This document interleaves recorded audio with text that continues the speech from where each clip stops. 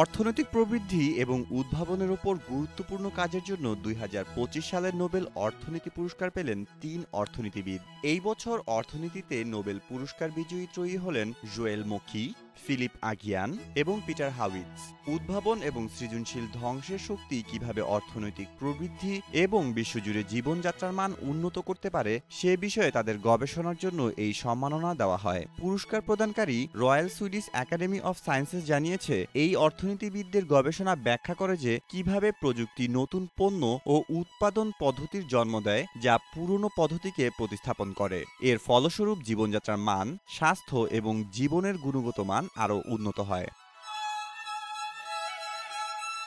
এই বছরের পুরস্কারের মূল্যমান প্রায় ১১ মিলিয়ন সুইডিশ ক্রাউন, যা প্রায় ১.২ মিলিয়ন মার্কিন ডলারের সমান। ডক্টর মকি এই পুরস্কারের অর্ধেক পেয়েছেন, যিনি যুক্তরাষ্ট্রের নর্থ ওয়েস্টার্ন ইউনিভার্সিটির অধ্যাপক। বাকি অর্ধেক যৌথভাবে ভাগ করে নিয়েছেন ডক্টর আগিয়ান এবং ডক্টর হাউইট।